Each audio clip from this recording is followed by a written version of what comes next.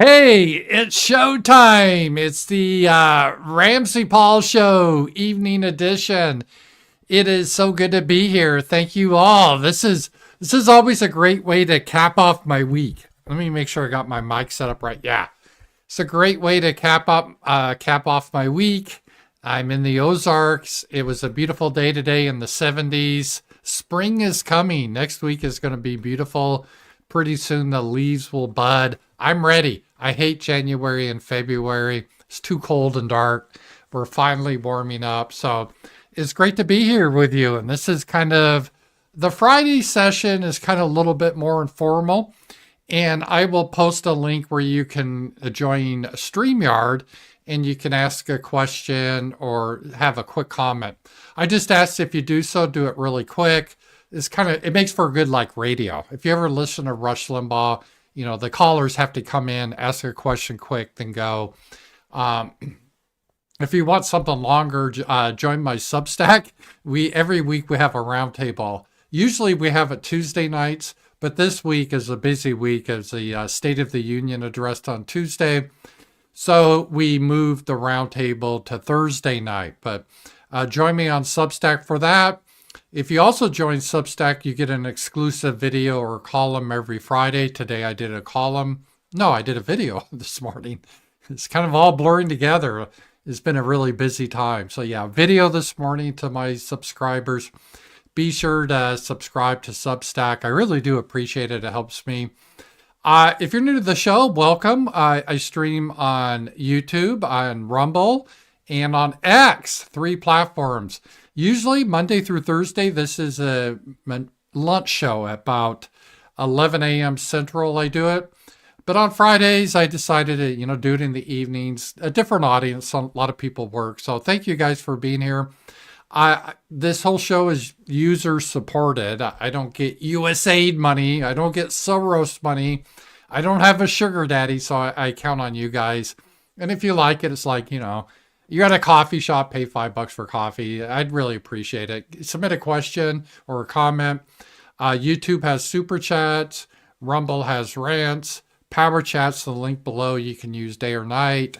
And then there's stream elements. So I do appreciate that. And it's great to see you all guys, everyone here. And let me make sure everything's going good. Okay. And let me just see here.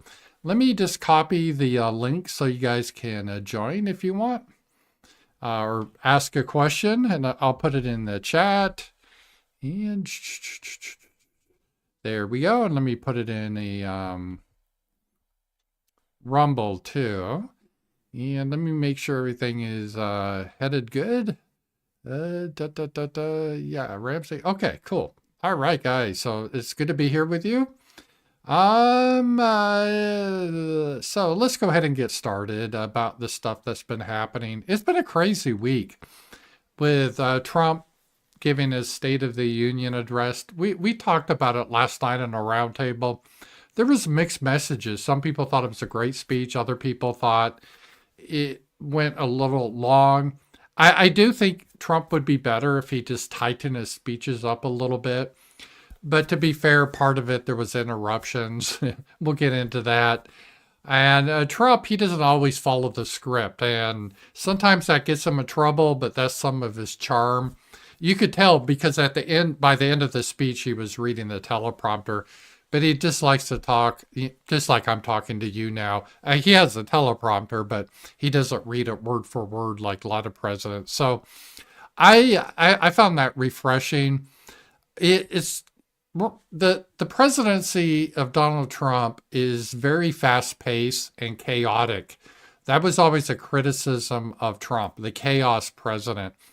And there's some truth to that, but sometimes chaos is good. He likes to stir things up and to try to see what happens, I think.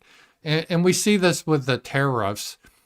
Does he want tariffs in order to raise revenue or to bring jobs back to America? Or is it just a temporary thing until Mexico and Canada deal with the fentanyl crisis and illegals? Which is it? And it's kind of all over the map. And the whole tariffs seem to be on again, off again. They're paused for a month. it's sort of difficult to figure out where he really stands on tariffs. I personally like tariffs. I would just be upfront with everyone and say, we're putting tariffs on at a certain percent because we want jobs in America. And I wouldn't just do it on products, I would do it on services like programming. So instead of offshoring jobs to India or call centers to India, if you did that, I'd put a tariff on you so you wouldn't make any money. So that would incentivize you to hire American programmers. Or if you have a call center, instead of put it in Mumbai, put it in Kansas City. And then you hire Americans, and it's easier for us. We actually can understand the accent. And it's a win-win. So that's my position. But it's kind of difficult to read. Is that really Trump's position, or is it more about fentanyl, or is it? And I think a lot of these countries get a little bit frustrated because they're like, well, what do you really want here? What's your end goal? Because you remember Mexico and Canada, they were going to get a tariff on them about a month ago or 2 months ago. And then at the last minute, Mexico first said, oh, we're going to work to stop fentanyl and we're going to protect the border with the Mexican troops. Then like hours later, Trudeau called Trump and said the same thing. So the tariffs were paused, but that doesn't look good enough now. Now it looks like Trump's going to put them back on. Maybe, I don't know, it goes back and forth. And then he has the whole thing with Canada should really be part of the United States, which is, I do not support that. There's great Canadians, but the Canadian people in general don't want to be part of the United States. And while there's a lot of great Canadians, if they were a state, it would be the most populous state, more people than California, and it'd be a Democrat state. So the Republicans in the election, the presidential election, would never win again. I think it'd be a huge mistake. I don't really see the need to do that. But is that part of the trade policy or the tariff policy to make Canada bend the knee and be in such economic pain they agree to join the United States? And do we really want that? They'd be very resentful. I don't really like that policy. So while I like tariffs because that's bringing back jobs to the United States, I'm really kind of unsure how Trump is pursuing this. He doesn't seem to have a sharp messaging, or at least I'm not seeing it. I'm not really sure what his true goal is because he says different things every day, so it's kind of difficult to read. The other big issue we're going to talk about is Ukraine. And it was interesting. The State of the Union address, Trump really didn't mention Ukraine very much, and everyone thought there'd be a big announcement about leaving NATO and so forth. And Trump didn't. He focused on domestic policy, which I think is Trump's passion, which makes sense. I think he looks at Ukraine as just draining our resources, and obviously he wants to wrap the war up, and he's trying to put pressure on both the Ukrainians and the Russians. There's some facts on the ground that are making this difficult. Number one, Russia is winning. And if you're winning, why do you really need to negotiate a peace?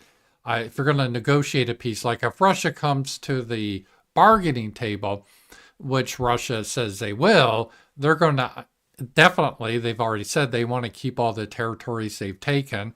They consider them Russian. And I don't see them compromising on that. Hey, I got a couple of callers already. So if you just wait in queue, I'll add you one after another. And remember, just state your question or comment quickly, then I'll let you go and talk about it. First to the stage, we have AJ. AJ, welcome to the RAMZPAUL Show and happy Friday. AJ, are you looking forward to your weekend? Hey, Rams, happy Friday. Just want to say that I've been a listener for a while on the show, and I think that you are pretty sharp, and you bring up stuff that you bring up stuff a lot earlier than other people in I guess the conservative space bring it up. I had a quick question. Sure. Thank you, by the way. Yeah, so my question is, I guess, related to like the JQ, as you would call it. in pushing like mass immigration to white countries, and the motives for this. I think you've said that like it's related to they don't want another mustache man coming coming around, but I kind of feel like that motive is, I don't know, seems a little questionable to me. Like it was 80 some years ago, and yeah, I just don't know if that's really the key point. And then I guess my second point to the question is, what's the end game, do you think, for America? A lot of cities in America now are like, you walk into a Walmart and it's just all like Indian, Mexican immigrants, and I just don't see how a lot of these places are going to sustain going forward. Great questions, and thank you. And I'll just go ahead and remove you while I answer it. But thank you, AJ. Call in again sometime. Excellent questions. So I'm going to remove AJ, but thank you, AJ. And then I have another caller. The motivations for immigration, those questions are always difficult because it's a broad group of people and a lot of people that want immigration for different reasons. A lot of people, the normie Republicans will say, well, they want immigration for cheap labor. And I don't think that's the primary driver of it. For some people it is, though. I don't want to discount that. But I don't really think that's the prime driver. I think the prime driver is this ideology, which has become, I consider, more of a religion. Call it liberal democracy, wokeism, whatever you want to call it. And they're trying to remake the world. And their ideas, and as I said, part of it, yeah, they don't want another Nazi Germany, and they fear if there's an all-white country that could end up like that. That is part of it. But it's also the idea is, well, the way to get rid of racism, and that's the ultimate evil, is to try to blend everyone together. So if we push everyone together, the white race will be bred out of existence. And they've said this openly, this is their goal. They don't want any white homelands because they consider that dangerous. And they think this will be a utopia because we'll all be the same race and religion will be gone, and we'll just all be into, gay sex or whatever. That's kind of their view. That's their one world view. And it even applies to what's happening in Russia versus Ukraine. Part of the reason Europe is so adamant of taking this to the limit, it doesn't really make a lot of sense, because I don't think these people believe what they're saying, because the stated goal is, well, if we don't stop the Russians in Ukraine, Macron said this, then the Russians are going to march on to France. I mean, that's ridiculous for I don't know how many reasons. Number one, Putin has said he has no interest in that. I believe him. I don't see any reason he would attack France, because if he did attack France or Germany or Poland, they're NATO countries, and that would invoke Article 5 of NATO, and it would be World War III. And I see no desire of Russia that they really want that. That is something to scare kind of the populace, to get them involved with the war. Meaning, we got to go to war, otherwise they're going to attack us, because most people don't want their sons and daughters to die for control over eastern Ukraine. And if you look at the goal, I don't even think Russia wants all of Ukraine. It's the eastern provinces, which are ethnically Russian. There's a long history there I'm not going to go over here. But they like to try to put everything into Mustache Man trying to take over the world. They're stuck in the 20th century, and they got to move out of that. And but I don't know if they really believe that, but I think their view is Macron and Starmer and most of the European leaders, and the way it was in the West, was this really vision. It's an ideology, but it became more than an ideology. It became almost like a theology, where it's a religion because they don't believe in God. but they just have like this one world where you don't have borders, and this is their view. And this is why they're implementing, like they're trying to eliminate, flood Ireland with Africans, because they want to eliminate the Irish people, or at least the Irish people as we know it won't really exist. And this is why they're trying to do it. And part of the reason they're fighting Russia, and they consider this existential, is because Russia is opposed to that, and so is China, and they see them as like stumbling blocks. And they see if they fail in Ukraine, then it throws the whole project into question. So Project Ukraine is more than defending Ukraine, their territories in the Donbass. It's more of, I think, defending the woke liberal democracy and exporting it upon around the world. And if I could do an analogy, I remember based on communism. And by the way, every Wednesday night I do a show with Z-Man. Excellent show. I've been getting a lot of great feedback. Z-Man's brilliant, and we have a good chemistry together. But we discuss communism. And one of the things I thought afterwards is a psychological blow to communism was when President Reagan, there's a little island in the Caribbean called Grenada or Grenada. I forget how you pronounce it. This is a tiny island, but it was communist. And I think they had Cuban workers or soldiers there. And Reagan sent in some troops, and it was easily taken. And it's just a little island. It's like almost like Epstein's Island, tiny little thing, a little bigger than that, but it was still tiny. So it was really irrelevant. But psychologically, it had a huge impact on communists around the world, because communists always thought communism just goes forward. It never gets rolled back. And that just little ground being rolled back hit them psychologically.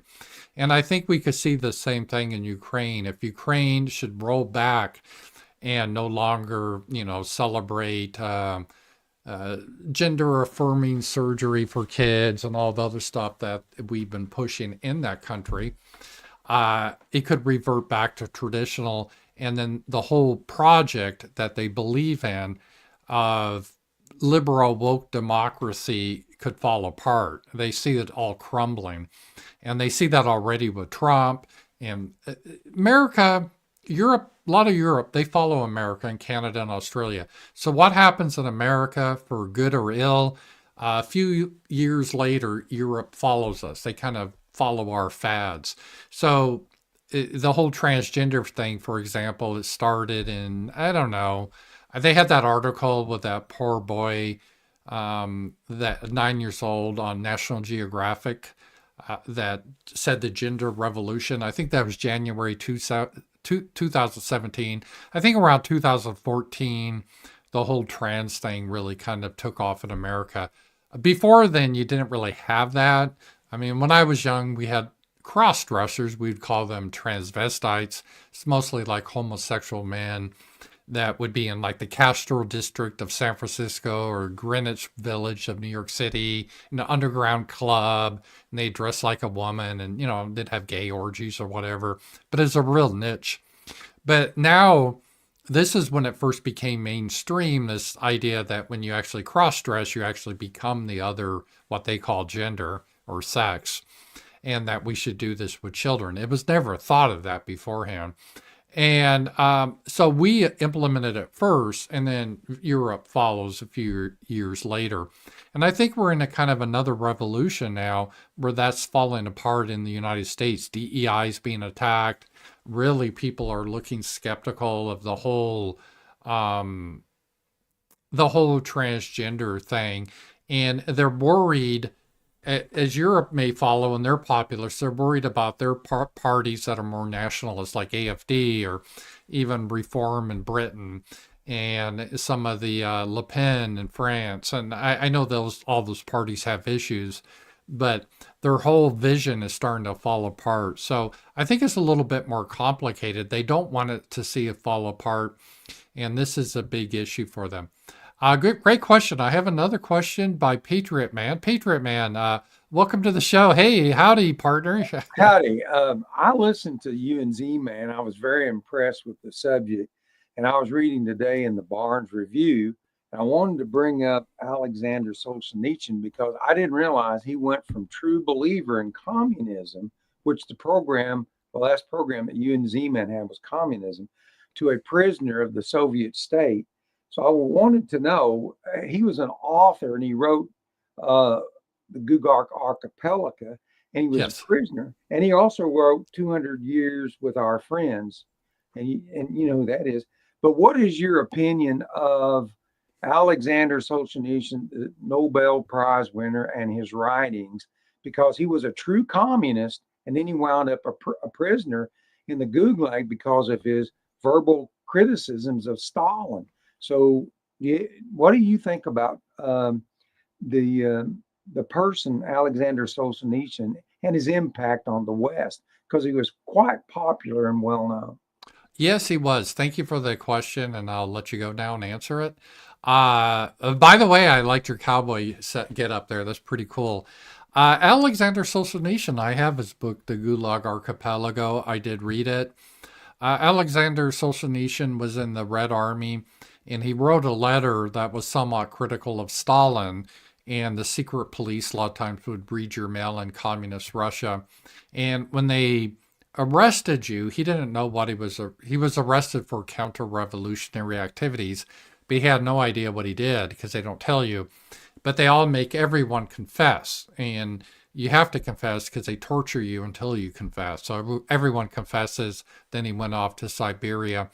But he really wrote about the horrors of communism and the totalitarian state.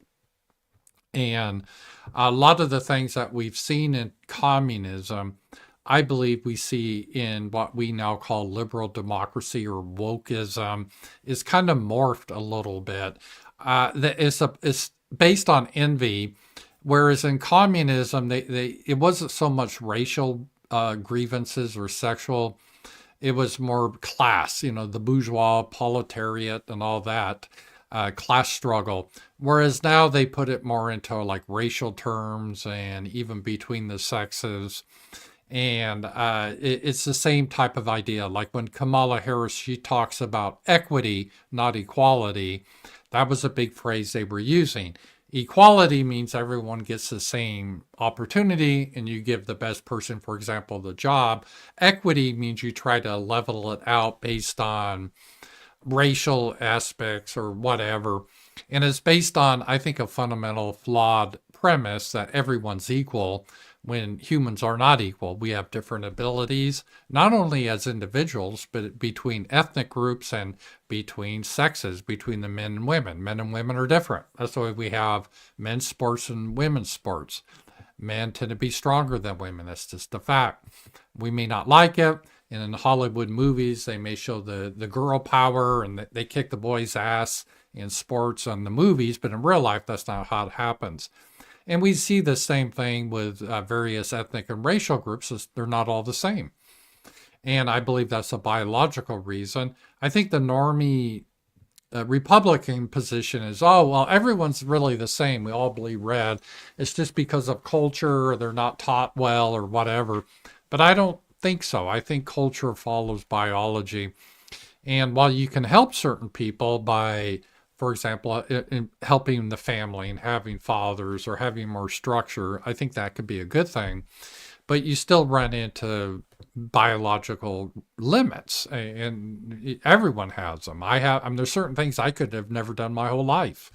I could have never been a track star at a 100-meter dash, no matter how hard I trained. Now, if I trained hard as a young person, I could have become faster, but I could have never competed at the Olympic level because I had limitations. And people have limitations everywhere, academically. There's some people, no matter how hard they study and apply themselves, they just can't do it because they're not smart enough. That's just reality.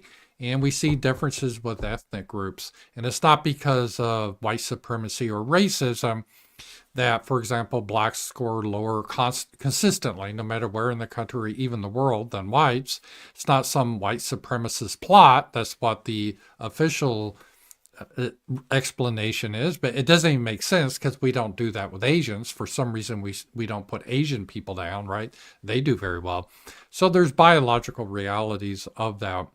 And communism, they have a false premise that we're all exactly equal. And if there's any differences, not even if you do it within the same race, there's some people that are work harder or better, more clever than other people. But in communism, it's like, no, they're being exploited. So we got to stop the exploitation. So communism is a very deadly thing. And Alexander Solzhenitsyn talked a lot about that. So that was good. Hey, I have another caller. It's great to have callers here. I have 009. He's one of my favorite callers. And thank you, 009. How you doing? Happy Friday. I like your hat. I'm doing great. I wasn't going to join tonight, but I saw Shadow's hat and I was like, fuck it. But my question is, how do we deal with envy? You talked a lot about envy with Z-Man when you were talking about communism, and I think envy is really at the root of communism. How do we deal with that in a healthy way? Excellent question, and thank you for calling in. And I actually did a video about envy. I think it still may be up. It wasn't that. It was like a year ago. Envy, in Christian terms, is probably the worst sin you can have, because it's about the only sin or vice that you never get any pleasure out of. Lust, for example, can destroy families. It can destroy your life. It could cause all sorts of problems. But at least for a brief moment, it's kind of fun. You get some pleasure out of it. But envy, there's like never any pleasure out of it. It's just a miserable emotion. And it is a prime emotion that drives a lot of the problems with race relations or even in communism. And again, as I said many times, I knew a Romanian girl used to go out with when she was young. She was under communism, but they had an expression called "neighbor's goat must die too." And she said what that meant. This was how communists thought. This is how the populace thought, that if your neighbor had a goat, the answer, and you didn't, then you would think that's not fair. And the way to solve the problem is to kill your neighbor's goat. So you're both down low. It's not to get your own goat or figure out how to raise yourself up. And that's in general the problem with communism. We've seen it, is it pulls everyone down to the lowest common denominator. And you see that with, I would say our communism has morphed into wokeism, in like with DEI, is trying to pull everyone down to the lowest common denominator instead of trying to get everyone up. And envy's a tough one. I've talked about it. It's probably, I think a lot of people have problems with envy. When I did that video, I got a lot of feedback. People said, because I said I've struggled with envy in my life, even though I'm really blessed in my life. But it's interesting, no matter how much money you have, how you're doing relationships or your health, you can always see someone that has more money than you, or you think, oh, they just seem happier than I am. And I think social media has created a lot of envy, because I'm not on Facebook. I technically have a Facebook page, but I haven't been on in years. But I guess people that are on Facebook, they post, how they're trying to show how wonderful their lives are. And then people see that, then they get envious, and it's just a bad spiral to get into. You got to be very grateful for what you have. But envy is a very, very bad emotion, and is probably one of the most destructive out there. And I think how to fight it, you just have to have gratitude for what you have. And if someone does something that's better than you, I think you have to learn to appreciate them and think about, well, how can I, be like what they did? How can I learn from them? Not how can I pull them down? And there's a lot of people that just want to try to pull everyone down. It's a very destructive emotion. And we see this a lot. Let's see here. I think I got here. Let me just double check here before I get it. Oh, I already got a rant too. Thank you, rant. This is always like rants or Rumble. Question: on Wednesday, you mentioned the Catholic Church had issues. What kind of issues do both Catholics and Orthodoxies have? Well, I think all church Christianity has issues in the sense they've strayed from the faith. I would include Protestant, Catholics, and Orthodox to a lesser degree. And Jesus warned us that would happen, and it has. And it's trying to become part of the world. The idea of original Christianity was, well, Christianity is going to be offensive to the world because the world is not of Christ. It's right now controlled by Satan. So obviously, as Jesus said, if they hated me, they're going to hate you. So the message they're going to hate, right? And they really do. This is why you see, like the LGBTQ people scream like demonically when it mentioned Christ, because it's a truth. And it's a really spiritual thing. And churches, there's a tendency to want to be popular with the world. So the world likes you, meaning the establishment. But if you do that, you're selling out, you're watering down the message. And I think all churches, including Catholic, Orthodox, and Protestants, there's elements that have kind of sold out a little bit to them. And so that is, and I know like Protestants, they've had a lot of trying to flood our countries with various immigrants, but Catholics have done that too, the Catholics organizations. And there was even a Catholic branch, there's, what was it, Revolutionary Liberation Theology or something. So there's a lot of things that have happened. Hey, I have another caller, John. John, welcome to the Ramsey Paul Show. What's on your mind? Hi, Mr. Ramsey. I love the show. I love Thank what you for you're doing calling with in. Yeah. CNN. I personally, I found I've been researching my family history, and my grandfather was from Poland, and he was Catholic, and he was one of the workers that in the war that had to work on the farms in Germany and that whole thing. But I've been thinking really hard about getting my Polish citizenship by descent. But you mentioned that you dated a girl in Romania. You've been to Hungary. Yes. I've been to Hungary. I've been to Romania. I've been to Poland. And I'm kind of wondering, as a citizen, if I were to move there and make a new life, what kind of challenges to dating a girl? And I didn't go through communism. I don't know if, as far as homelands, it may be my homeland by blood, but culturally, I'm American. I'm kind of torn. What do you think of this decision? Yeah. And thank you for your call. I'll let you go now and I'll talk about it. If you're young and you want to pursue that, I'm an American, even though my heritage is English and Scottish and partly German, and I have a love for Europe. I feel very comfortable there. It's kind of like the continent we came from, civilization, and I admire it greatly. It's sad what's happened to it, by the way. But I'm an American, and at my age or where I was, this is where I live. I have found my new home in Arkansas. In fact, this background, that's the Arkansas sky. Uh-oh, my green screen is acting up a little bit. I got to fix that a little bit. Yeah, this is my home now, and I like the people here, and I'm comfortable here. When you go to another country, you always have issues with language and culture and so forth, because part of nationalism is much, much more, I've always said this, than just race.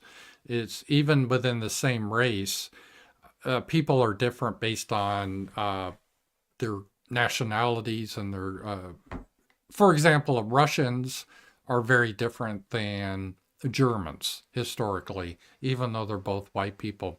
Or Asians, Japanese are different than Chinese, even though they're both Asians. So it's just because you're a white guy doesn't mean you necessarily fit in with that culture. In my case, like I lived in Hungary briefly. I didn't speak the language Hungarian. I tried to learn, but I never became fluent in it. And that's the trouble. If you don't know the language, you're kind of isolated, and you can get by, but you're not really part of it. I would say that in your case, if you're young and if you want to go to Poland, learn the language, make sure you know the language well, and then just live there for a period of time as an expat. See if you can like it, and then adapt to it.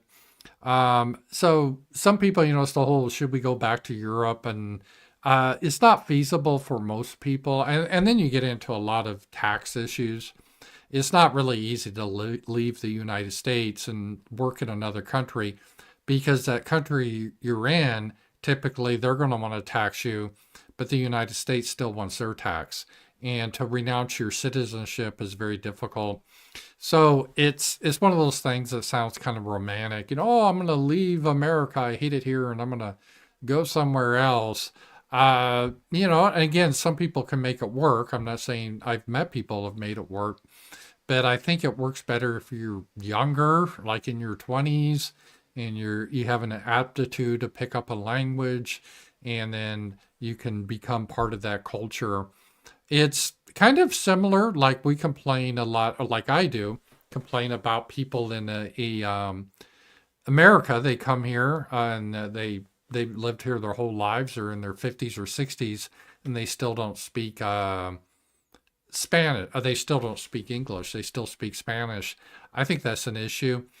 And I think you should adapt to the country you're being part of. So good question, but it can be a little bit difficult thing to do. So anyway, thank you. I've had a lot of great callers tonight already. That's really cool. I really appreciate that.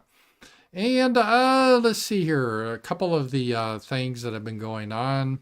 Let's get into Ukraine and the Russian war. A lot of updates that have happened concerning this war. And hang on here.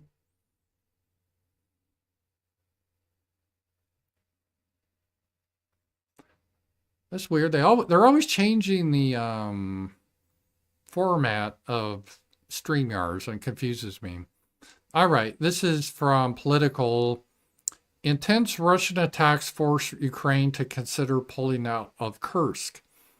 And Ukraine is considering a withdrawal from Russia's Kursk region.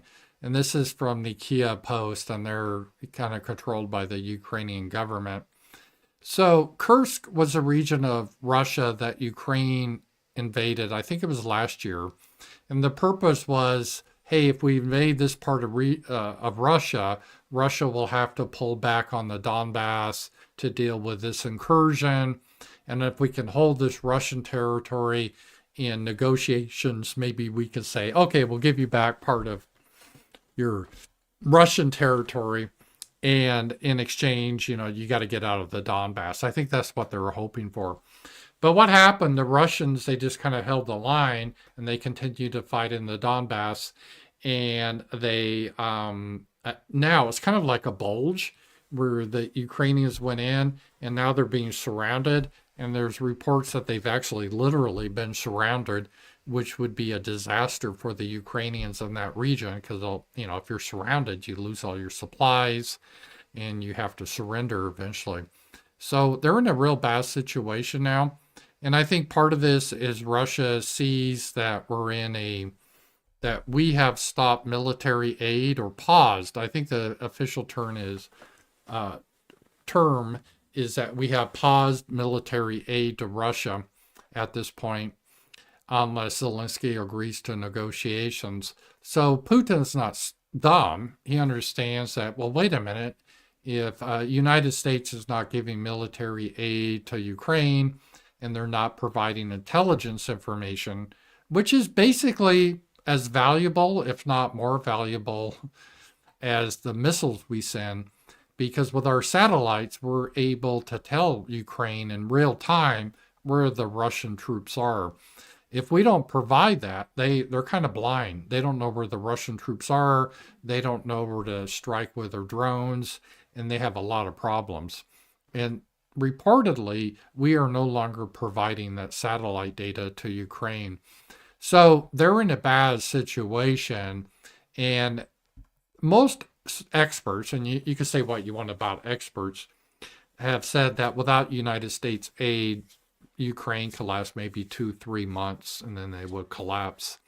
And Europe wants to fill the gap, but the truth is Europe is very weak. They've deindustrialized and they don't really have the troops, even if they wanted to. And I know Europe's made some talk about, oh, we got to build up our troops and get powerful again. But I'm skeptical if they could even do that. And if they do that, it's going to require, I would think, decades in order to be effective. And so they don't, Ukraine doesn't have decades. So it's a tough situation now for Ukraine. And Trump, what he's trying to do is put pressure both on the Russians and the Ukrainians to get to the table and to get to an agreement. And we see this here. Here we go. Trump team weighs ending oil price cap if Russia talks progress. So again, this is a carrot to Russia. If Russia is willing to negotiate a equitable peace with Ukraine, we will, remove a lot of the sanctions. And this is a carrot to Russia saying, hey, if you could come back into the fold. But the big rub is what each are going to agree with, because Zelensky has this idea he wants the Donbass back and he wants Crimea back, and that's never going to happen. So it's going to be very difficult. Now, I don't think Russia's going to demand all of Ukraine. They may demand Odessa, but I don't think they would demand all of Ukraine because I don't think they want all of Ukraine. Now, part of the issue is that Russia's winning. So Russia doesn't really have, why should they agree to a peace settlement if they're already winning? So they're going to have to, the only way they'll agree to a settlement is they may think, well, we don't want to really take all of Ukraine. So if we're able to keep the Donbass and Crimea and we demilitarize Ukraine and there's no Western troops in Ukraine, it doesn't become part of NATO, Zelensky's replaced with a leader that's not as hostile towards Russia, then we could come up with a peace. That's maybe what happens. But the first thing is Trump is trying to get the Russians and the Ukrainians to sit down and discuss things. And as Trump said, the problem hasn't really been the Russians, it's been the Ukrainians or Zelensky. Zelensky, I think, is impossible to deal with.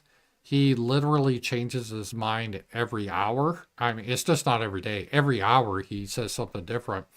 So you really can't trust Zelensky at all. And I don't think he's reliable. So the Russians, I think, are going to have to insist on someone else than Zelensky. And I think the Americans are trying to work to remove Zelensky one way or the other. There's a few ways Zelensky could be removed. They gave hints to Zelensky, maybe he should take all the money he embezzled and head to France, or is better than him being strung up. And I think they're trying to give him hints that he should probably leave the country. But that's where we are now. Now, again, Europe has not really helped the United States in this because they are opposed to what Trump is saying for the most part, especially Macron and Starmer, so France and Britain. But even Italy, she was saying Ukraine should be granted the security of NATO, including Article 5, without actual membership in the military alliance. Well, that's ridiculous, and who cares? So Ukraine is not technically part of NATO, but we treat them like they're part of NATO. It's not going to fool the Russians, and it's not going to fool Donald Trump or J.D. Vance or Pete Hegseth or Rubio. We are not going to have World War III because of Eastern Ukraine. Ukraine's not part of NATO, and there's a long history there I'm not going to go through now, but it's a complicated history. And it's not that Russia wants to take over the world. It's a dispute about Eastern Ukraine. And you can make an argument one way or the other, but it's not a key issue for the United States. And I think that's Trump's position. It's been bleeding us dry with our treasury. I don't think Trump wants to get suckered into like another Vietnam where we get our troops involved. Because if with Article 5 again is meant to be like if London should be attacked by Russia, we are obligated to declare war on Russia if Russia should attack London. But we're not obligated to declare war on Russia, obviously, with Ukraine, or if British troops should enter Ukraine and be attacked, we're not obligated to defend Britain. Now, the British, they're trying to get that security guarantee, and Macron is too, because they want to suck us into the war. But Trump is like, no, we're not going to do that. And then now the Italian prime minister is saying, oh, well, we should just give them Article 5. But if that's the case, then we would have to go to war on behalf of Ukraine. And there's no way Trump will do that. Trump would pull out of NATO before that would happen. So again, this is where Europe is living in a fantasy world. I guess it's been hard for a lot of the people in Europe because their media is a lot more controlled than the United States. And they've been lied to for many years that the Russians were losing. They ran out of missiles. They ran out of ammunition. Putin was dying of cancer. Remember all the propaganda they're doing? They pushed all that quite a bit. And now all of a sudden, it's a tough message to say, oh, well, we were actually lying to you. Russia's winning and they're stronger than ever. And, even dumb people in Europe would be like, well, wait a minute. Weren't you just telling us of all these glorious victories for the past 3 years? And now all of a sudden you're saying it was all bullshit. So I think they have a lot invested in Ukraine, Project Ukraine, and they're kind of in a sunk cost fallacy. That's where you invest so much money in a project, even if it's a losing project, you think you have some obligation to continue the project. It's a fallacy. You shouldn't. But I think Europe is in that fallacy right now. And also, it's kind of ruining their view of woke liberal democracy going around the world. If this is rolled back in Ukraine, maybe it'll be rolled back other places too. And they can't. This is a religion. They don't want that to happen. So I can see that actually being the thing.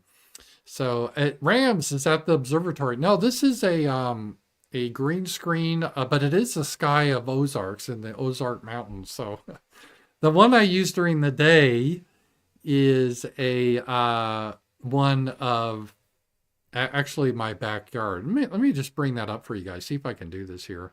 I'll change my background. See how that looks if I can do this. Here we go. There we go. This is my actual backyard. So if you look out my back window, this is what you see. So I'll change the background here. So now it's daytime. Yeah, I got a green screen, and I still need to smooth it out a little bit. There's a little graphic errors and stuff, but it's pretty good. People seem to like it. So yeah, that's the Ozarks. It's beautiful here. I really do love it. I took that picture like a year ago. I just like that was a cloud cover there. And I don't own that mountain behind me. I own the land, but then when you get the mountain, that's someone else's property. So, but it's pretty. I like it. It's nice to be here. I like the nighttime one. This one's too bright. All right, I'm going to go back to the nighttime one here. So I just wanted to show you this one here. Let me see here. I'm going to go back to the nighttime one here. I also got a snowy one. Sasha didn't like the snowy one. I'll show you guys the snowy one here. This is my backyard during a snowstorm. I took that, but it's not really snowing now. So let me change this back to the night one. Back to the night sky because it's night here. So yep. All right. fun with green screens, and I still need to smooth it out a little bit. I'm getting a little graphic glitches I see is kind of irritating me, but we will fix that. We will fix that, right? I'm kind of like old school, kind of. I'm trying to up the production quality a little bit of the show. So we will see. I don't know. In some ways, I've never been a fan of green screens. It's just like, yeah, put bookcases behind me or whatever.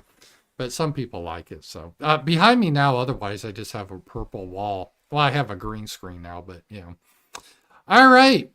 So that's Italy. And this here, some Donald Trump was talking about that. And Donald Trump, a lot of people, this one person was like, oh, Donald Trump is schizoid because now he's anti-Russia. And this actually makes sense to me if you ever hear what he said. But President Donald Trump said, based on the fact that Russia is absolutely pounding Ukraine on the battlefield right now. Yeah, last night, or about 24 hours ago, Russia did a massive missile attack on Ukraine. And Ukraine's running out of Patriot missiles and missile defense. So a lot of these missiles are now getting through. Which, by the way, the NATO propaganda for the last 3 years was that Russia ran out of missiles. But that's been a lie, obviously. I'm considering large-scale banking sanctions and tariffs on Russia until a ceasefire and final settlement agreement on peace is reached. To Russia and Ukraine, get to the table right now before it's too late. Thank you. I love Trump. He actually writes his own stuff on Truth Social because he has this like weird capitalization and 3 exclamation marks, you know. So it's raw, but I kind of like it. And this shouldn't come as a surprise because there's not much they can really do with Russia. They've already have all the sanctions they pretty much can do on Russia. But Russia, Putin is smarter than Zelensky. He's more wily, and he'll say, yeah, I'm willing to come to the negotiating table. Whereas Zelensky, it depends on the hour. But basically Zelensky keeps making excuses why he doesn't want to negotiate. But Russia, Trump is trying to show Russia that there's a carrot in the stick, that he can remove sanctions if Russia agrees to a peace deal. And maybe that will happen. I really don't know. We will see there. But one of the more likely scenarios I think that could happen. Well, one of the scenarios, we're talking about all the negotiations, but you understand war is kind of the most real negotiation of anything else. And if Russia keeps winning, eventually there's no need for negotiations because Russia will have won. So, and Russia understands that. So Russia, they have all the cards. And Trump told Zelensky that. He said, you don't have any cards. You have us. We're your cards. And you're an ungrateful bitch, and you need to keep your mouth shut because you have nothing without us. And Trump's right. And so I think Trump would just like to walk away from it. But the problem is sort of the optics. If we just wash our hands of this, I wouldn't care. But then Ukraine would fall and they would blame Trump. Even though Ukraine has been losing for 3 years, they would blame Trump for the defeat. I don't really care. I don't think most Americans would give a shit. I think Trump should just wash his hands of it. And I think this is probably the most likely scenario. The other scenario is that Zelensky gets removed from power one way or the other, if you get my drift. And the person that replaces Zelensky is more willing to cut a deal with Russia and is friendly with Russia. That would probably be the ideal scenario. And then you would still have a Ukraine, like Kiev, and Western Ukraine would be Ukraine, and they'd be more of a neutral country. And then the Donbass and Crimea would officially be Russia. But the other way is Zelensky stays in there to the bitter end, and Russia just keeps advancing. We don't provide, Trump gets frustrated with Zelensky, cuts off all aid permanently, and then Russia just has an outright victory. So those are pretty much the scenarios. And I think right now the more likely scenario is there won't be an agreement. I don't see Zelensky doing an agreement. He wants the war to continue on forever. And they're not going to give many compromises because they're winning. Why should they, right? So I think that's the issue right there. But part of Zelensky, I don't think he's a very bright man. I really don't. He seems pretty stupid. And he gets his ego puffed up when he talks to Macron and Starmer. And they try to tell him, oh, it'll be okay. Stand tough against Trump. Don't listen to him. He's a meanie. We'll protect you. We'll protect you. You don't sign a peace agreement. Don't do a peace agreement. We got your back. But Britain, France, they don't have anything to defend Ukraine. They don't have a big army. They don't have much. Unless they want to start a nuclear war, because Britain and France have nuclear weapons, and Macron basically threatened that, but they don't have many nuclear weapons. Who knows if they even work? And that could just totally destroy Britain and France. Again, France and Britain, they don't have many cards to play here, but they're telling Zelensky a lot of bullshit that I think is Zelensky's believing. And it's a shame that our Western allies aren't dealing with the reality. And the reality is Russia won the war. And I would say this isn't, and a lot of people argue, well, why was it so hard for Russia? Why did it take 3 years for Russia? They must be incompetent just fighting Ukrainians and they couldn't defeat Ukraine in 3 years. Are they just totally incompetent or what? But this wasn't really a proxy war. This was basically a real war. We were at war with Russia. Look at it this way. The war was a coalition where the Ukrainians were the troops, like the infantry. So they fought and died. But we provided all the weapons, all the intelligence. So did Britain and France. So it was really Russia at war against Ukraine, the United States, Britain, France, Poland, Germany. So if you look at it that way, Russia was fighting all of NATO. Now, for the most part, NATO members didn't fight. There were some mercenaries that did fight. But for the most part, it was just Ukrainians were kind of the soldiers. But I think it's almost better to look at this, that it's not even a proxy war. It was a real war with Russia, but we each had different responsibilities in the war. And our responsibility as the United States was to provide all the weapons, the money, and the satellite intelligence. And I don't know, Britain and France, they just complained and did their thing. And they provided a little. But so this was basically Russia going against all NATO, and it looks like Russia's winning. Not a decisive victory, but they are winning. So I think Trump wants to get out of this war, and I think that's smart at this point. But there's also face-saving things, Trump has to look into. But I don't think it really makes much of a difference. The neocons may be real upset if Ukraine should fall, but most American public wouldn't give a shit. They'd be happy he'd be out of this. They really would. So I really wouldn't worry about it if I was Trump. Excuse me. So that's where we are right now. And as I said here,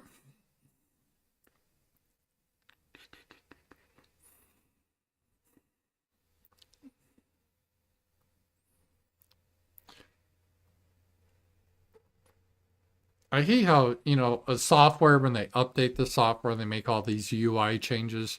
StreamYards, they had great UI. Now they've changed their UI. And I'm like, why? I'm trying to figure it all out again. Breaking, President Putin is ready to agree to peace deal in Ukraine with conditions. Yeah, well, those conditions, they're not going to make Zelensky happy. But at least Putin is he's a lot smarter than Zelensky. He's at least willing to say, yeah, I'm willing to talk. I may not like what I have to say, but I'm willing to talk. But Zelensky hasn't even been willing to talk. Well, Zelensky, sometimes he says he's able to talk, willing to talk, but again, it depends on the time of day. It changes all the time. And here we get some more of Trump. One of the things Trump has been doing is addressing reporters every day. It's refreshing because this is really nice. Again, Biden was unable to do this because he's was senile. But here we go. Here's Trump. If I may, President Putin is bombing Ukraine. Yeah. Do you still believe him when he tells you that he wants peace? Yeah, no, I believe him. I believe him. I think we're doing very well with Russia. But right now they're bombing the hell out of Ukraine, and Ukraine, I'm finding it more difficult, frankly, to deal with Ukraine. And they don't have the cards. They don't have the cards. So what Trump reiterated that it's actually easier to work with Putin than it is with Zelensky. And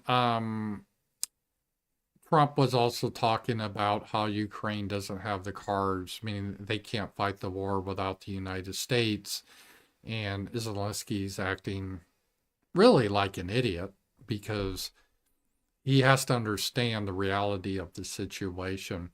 And part of the reality of the situation is when you lose the war, you just got to get the most favorable terms you can. You can't live in a fantasy world where that you're all of a sudden your opponent's going to give up everything. Why would Russia? They lost so many men. I don't know how many, couple 100,000 probably. It's hard to get real totals because of the propaganda. But they've lost hundreds of thousands of men. It's been a very expensive war. And they did it for the whole purpose of securing the Donbass, the eastern part of Ukraine, and also making sure that Ukraine doesn't become part of NATO or they're not a threat. Why would they give that all up when they're winning? I don't see why they would, and they won't. And so any peace, you just have to understand that you just have to realistically look at the situation. And Z-Man, the guy I host every Wednesday with, he on his blog today, he brought this up about the foreign policy of realism versus narratives. And when you're dealing with diplomacy, you got to deal with the real situation, not how you wish it was, right? So maybe the West wishes that Russia would have collapsed with sanctions. Maybe they wish Russia was just a gas station with nukes and they were weak. And maybe they wish that the Ukrainian counteroffensive would have made Russia collapse. But that didn't happen, right? That may have been nice, what they wanted, but that's not reality. And we got to deal with the reality. And the reality of the situation is Russia is a superpower. Ukraine is not. Germany is not. Britain's not. France is not, right? But Russia is a superpower. They have a lot more men than Ukraine. They have a lot more manufacturing capability than Ukraine. There's two other superpowers, and there's China and the United States. The United States were still, of the three superpowers, the most powerful, but the other two are superpowers too. And the reality of the situation, even if we in the United States should have continued Biden's policy of every month sending another $40 billion or whatever. So let's say if we continue that policy, well, we're at the end of what we can do. J.D. Vance said this because our inventories are running low in the military, and we need missiles and ammunition for our troops in case there should be another issue, let's say with China or Iran or whatever. We can't give everything to Ukraine, and we've given a lot to Israel. And a lot of our manufacturing we have shipped overseas. So in a lot of ways, we've deindustrialized. And a lot of these missiles are pretty sophisticated, and you just can't make them in a day. They require a long lead time. And our inventories are low, so we're just running out of missiles and weapons to give to Ukraine. That's just a reality, a physical reality.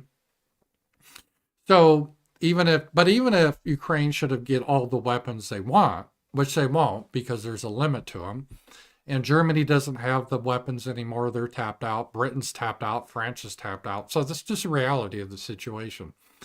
But even if magically Ukraine should get all these weapons, they're running out of men. They're all dying in the war of attrition, and there's not many more men they can bring up. We're talking about lower the age of drafting some of the soldiers to 18 and bringing in teenagers, but that's pretty desperate at that point. But even if they did that, there's no way Ukraine can win. There's just no way. It's just like playing chess. You finally get in a position, if you guys play chess, where you've lost too much material, and the other side, all they have to do is just swap pieces with you, and then eventually they can advance their pawns and get a queen. And there's nothing you can do to stop it. There's really nothing you can do to stop it. And that's the way we are now. The only possibility would be is if we directly got in the war with our troops and declared war and we used nuclear weapons. And that would be insane. It could be the end of all of humanity, and Trump doesn't want to do that. So if you exclude that, there's no way we can win this war. So you got to be realistic and get the best peace that you can. And you can't have a fantasy peace, meaning Zelensky saying he wants all this territory back. And he can make all the moral arguments, and Britain can make moral arguments, and Germany about how Putin's a bad guy and all this. But in reality, moral arguments don't mean shit. What means shit is power. And if you don't have the power, doing TikTok videos, crying, making declarations, trying to act like a strong girl boss, it doesn't mean anything. It's all stupid. It's a waste of time. You need power. And that's just the way it is. So either Zelensky and Europe, somehow they need to understand reality, even though they don't like the reality, say this is reality. We got to make the best that we can out of this. So let's make a peace. We'll save a lot of millions of people potentially. A lot of Ukrainians won't die. Let's start to rebuild part of Ukraine that is left. And let's see where we can go forward from here. That's how you do it. But sadly, part of what's happened in the West, everything's become a morality play. And they're perpetually stuck in 1938 and thinking everything is Hitler and all that nonsense. And they need to get into the 21st century and look at the realistic situation. And Trump is. But for the most part, the other people aren't. And this is, I think, a really bad, it's a bad situation where they are now. All right. Let me just check everything here. It's great to have you guys all here. And if you're here, thank you. This is we do the show Monday through Friday, but on Friday we do it in the evening. So it's great to see you guys. And if you have any questions, I'll just put that in here.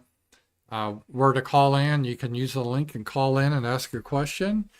Or also, I really appreciate if you have a super chat or power chat or rant, I appreciate those too. So thank you for that. All right. Let's see here. A couple other matters. And this is interesting. It's, well, you know, the whole conversation on nationality.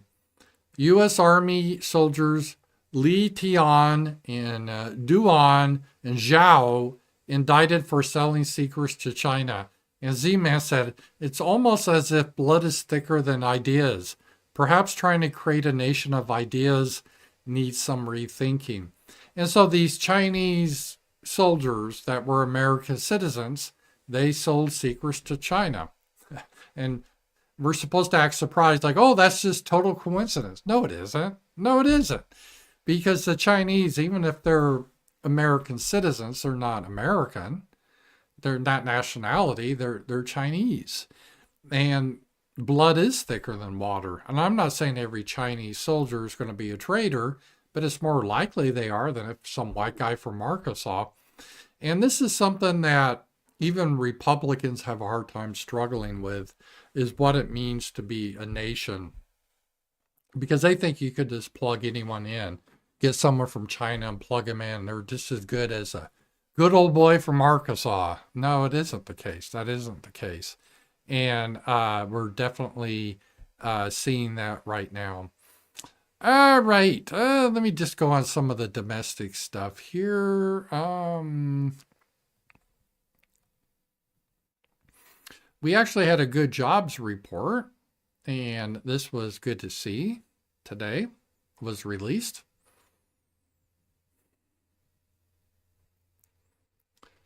Big gains for native-born Americans for the first time in 15 months. The job gains for native-born Americans, for American people, people born in America, exceeded job gains for migrant and foreign-born workers. This is huge because during the whole Biden regime, they're talking about all the job gains that happened then, but it almost all went to migrants, people from other countries. It did not go to Americans. So if you're an American, a real American that was born here, you didn't get these jobs. That's changing under Trump. This is the first time that's happened in more than 15 months. Employment for native-born workers went up by 284,000, while foreign-born workers went down by 87,000.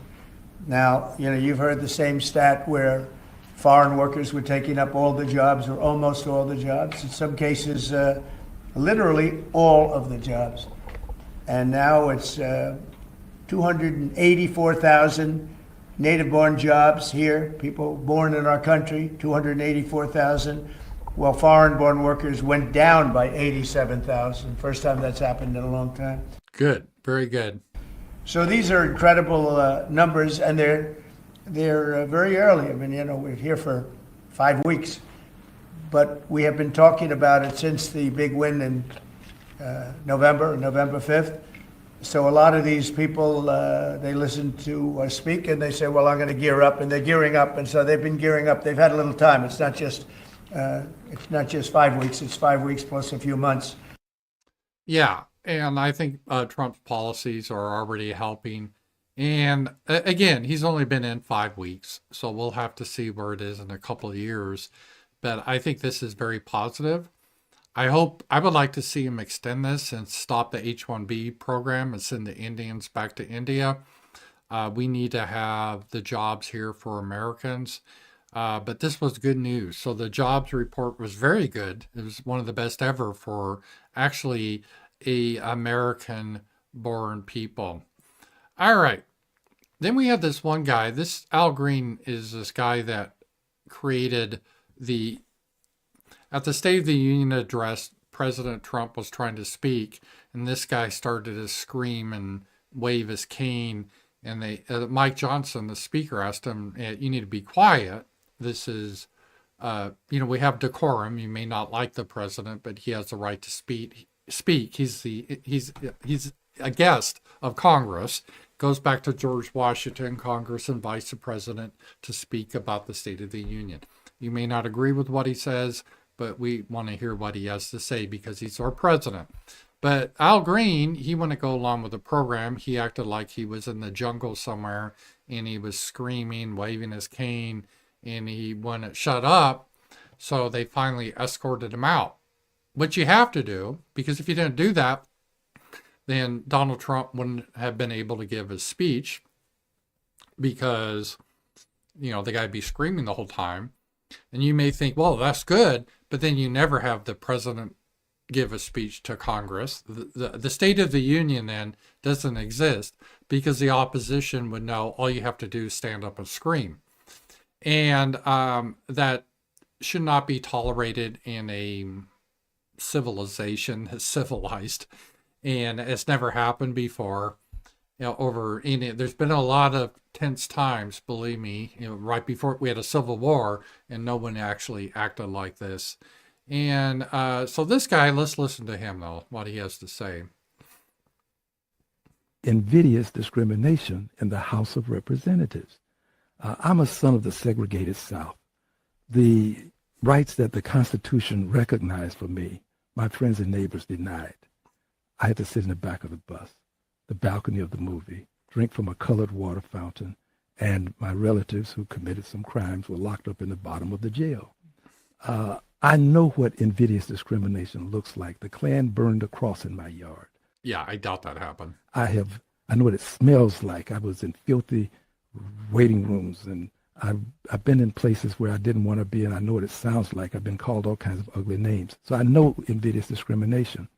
And when the speaker decided that I would be removed, and then there was this motion, this resolution to censure me, it became obvious to me that I was not being treated as others were. Mm-hmm. And candidly speaking, it is invidious discrimination, harmful discrimination.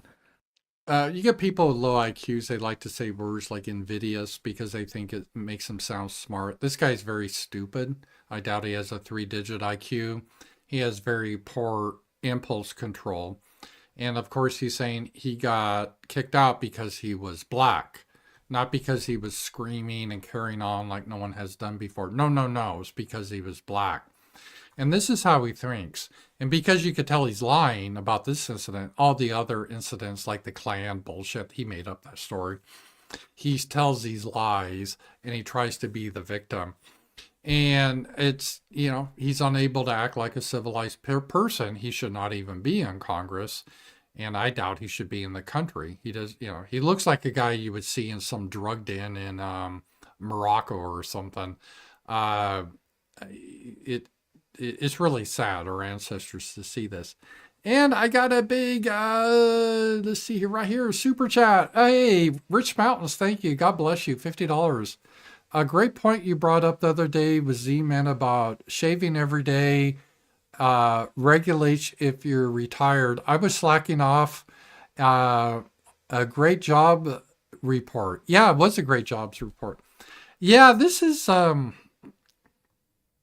we were talking a little bit about Nixon too. Then we're talking about 2 weeks ago. Then we talked about communism, and I don't know how we got on the subject, but one of the things that no matter where you are in life, no matter how wealthy you are in life, you need a reason you need a purpose for your life, and your purpose can't be. I know it sounds like you work hard your whole life. You're like, hey, if I have a lot of money, I'm just going to lay in bed all day, watch TV, and drink margaritas or something.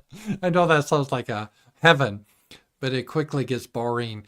And if you don't have a purpose to your life, you eventually get into depression. And it's routine is very important in your life.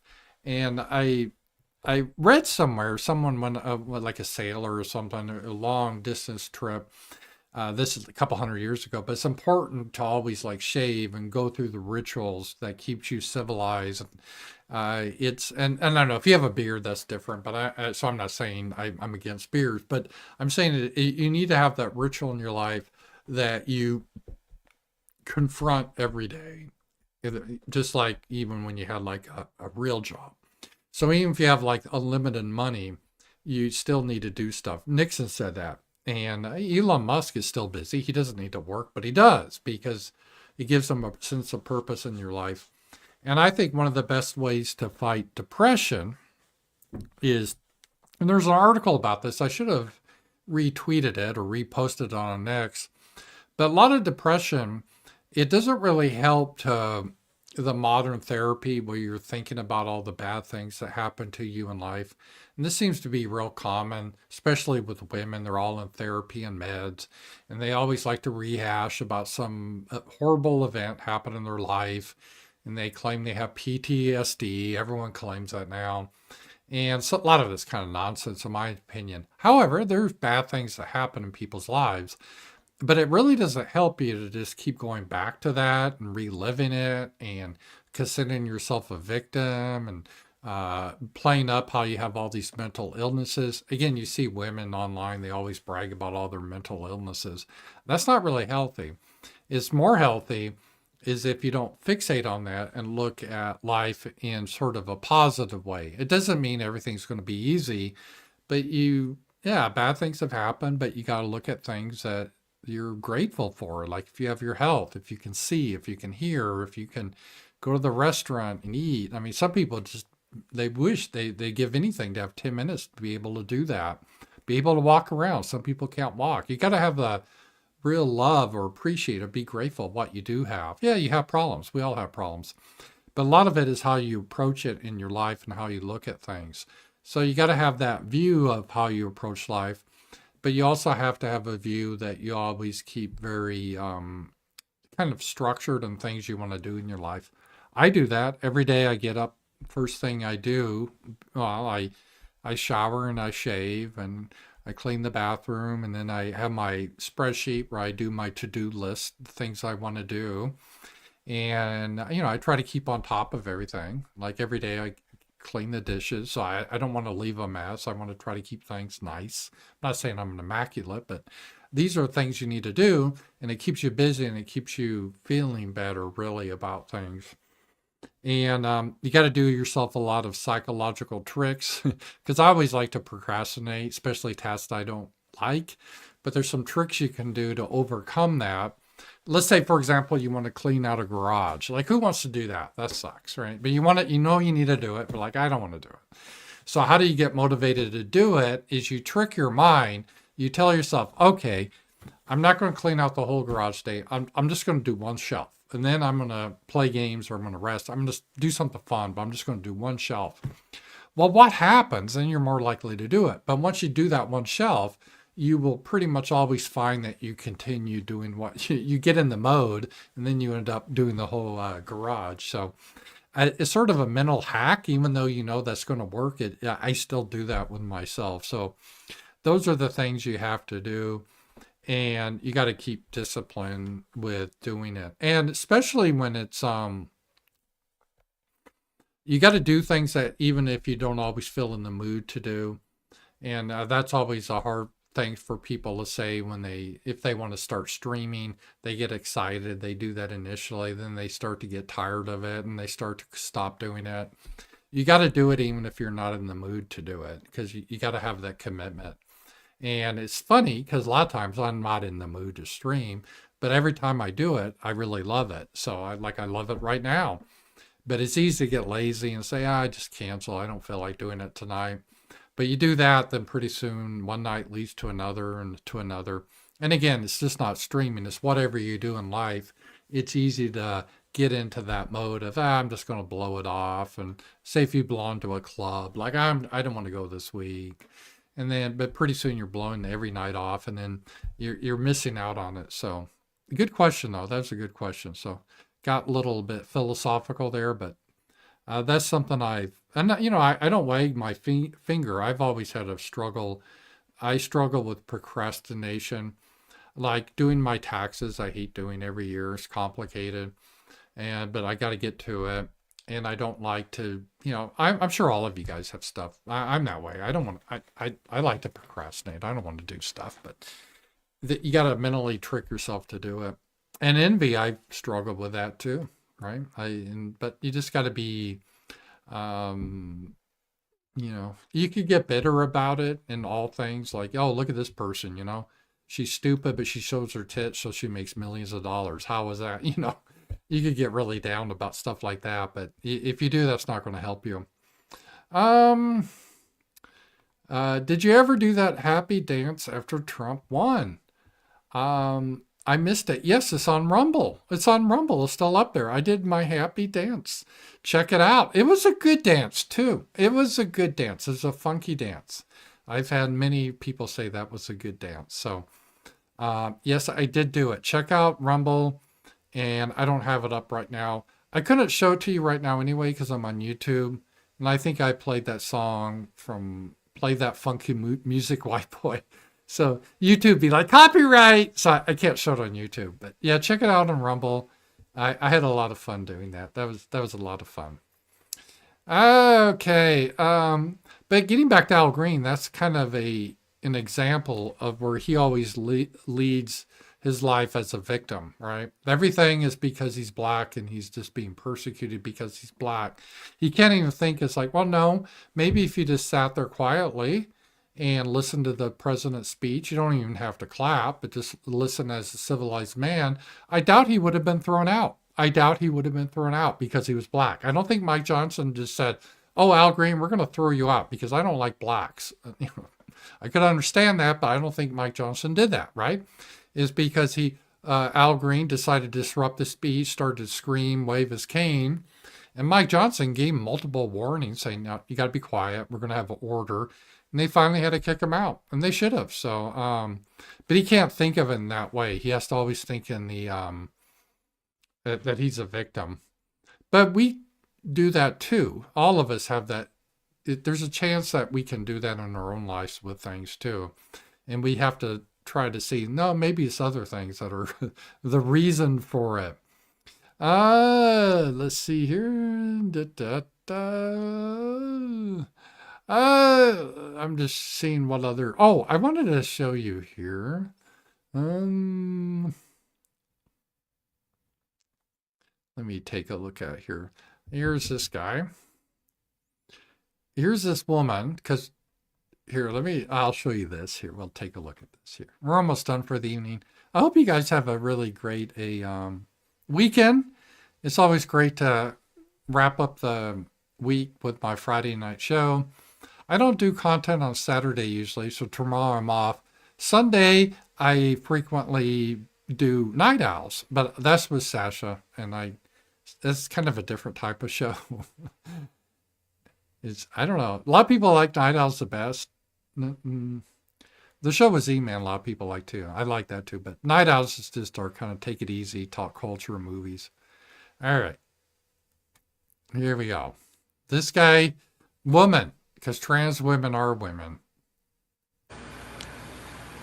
Hey, my fellow ladies out there. So men think they own you. Take it from somebody that used to be a man. You got boobs. You got a vajayjay. Guess what, honey? You own them. Trust me, they want it. Make them own it. So, ladies, there's an advice from a beautiful trans woman. I think we've jumped the shark with this whole transgender thing, and people are finally thinking like, no, a mentally ill guy in a dress is not a woman. But for the longest time, people were scared to say otherwise. In Britain, you could probably be arrested if you couldn't.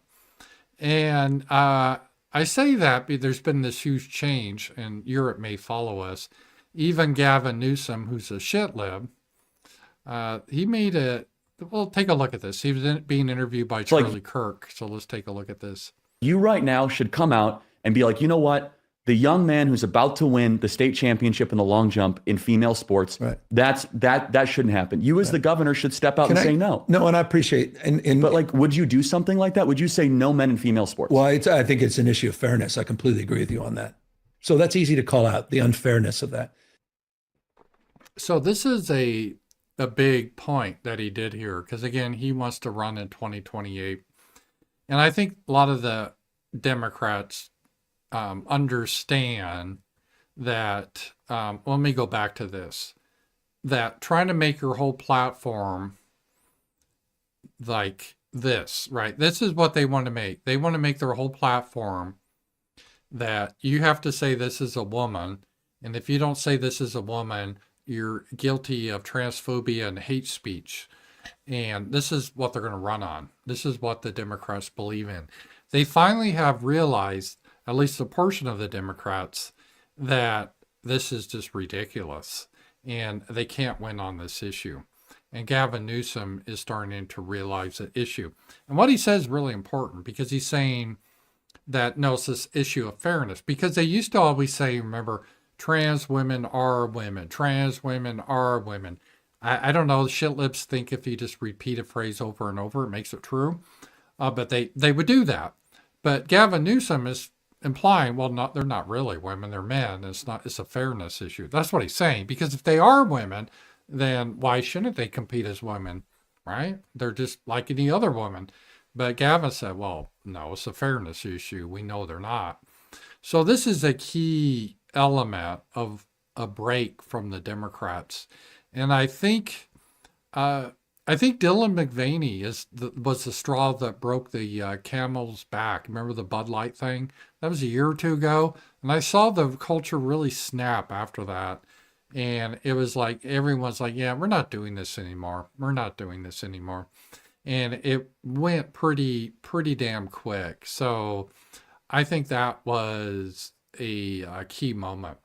So it is, I still think that we're going to look back on this and people won't believe that we actually treated that seriously. What's your favorite hat? What's your opinion on Stetson hats? I like cowboy hats. I have a cowboy hat. I don't wear it much. Where I live in Arkansas, most rural people, they just wear a ball cap. That's kind of the official cap people wear. And it's not because they're trying to do a fashion statement. It's just they work outdoors. They wear a ball cap. They're on a tractor, so they don't really usually wear cowboy hats here. Occasionally you'll see it. I think cowboy hats look pretty cool though. I like them. I am for them. I like hats. I think I would like to see a return of hats. I think they look kind of classy, and that's a fashion statement I would like to see come back. I remember my grandfather when I was little, he would never leave the house without carrying his, the hats men wore back then. It was just the way they grew up. If you were a properly dressed man, you wouldn't go outside without your hat. And I would like to see a return to that custom. I think that's pretty cool, really. So yeah, Stetson hats are cool. I like cowboy hats. And I mostly just wear just a cheap ball cap when I'm out around. Keeps the sun out of my eyes, the sun off my head. But I do have a cowboy hat, but I usually don't wear it much. I will every once in a while. Sasha thinks it's kind of cringe, but I don't care. I kind of like it. Okay. Guys, it's been a fun show. Thank you. I always love these Friday night shows. They're kind of a good way to wrap up the weekend. And again, we have a busy week next week. I don't know, maybe Sunday night we'll do Night Owls. That's always kind of an ad hoc show. But the rest of the week, Monday through Friday, have the RAMZPAUL show. Wednesday night, we have Z-Man, and we're going to talk about Reagan. Z-Man and I have determined that it's more fun to do a show on a specific topic versus current events, because I talk about current events, what's in the news every day. We like to deep dive into a topic. So we've talked about Nixon, talked about communism. Now we're going to talk about Reagan. And we both remember Reagan, so that should be interesting. And he kind of really defined a lot of things. So I think we'll have a good conversation on Wednesday then. Tuesday nights, we'll go back to our roundtables on Tuesday nights. And am I missing something? I always forget. I don't know. My Substack, I update every day, Monday through Friday. So check that out. I do a video on my Substack on Friday on that too. And if anything else should pop up, like World War III, I'll do a special stream on that. But otherwise, you guys have a great weekend, and I will see you, if not Sunday night, Monday. Talk to you guys later.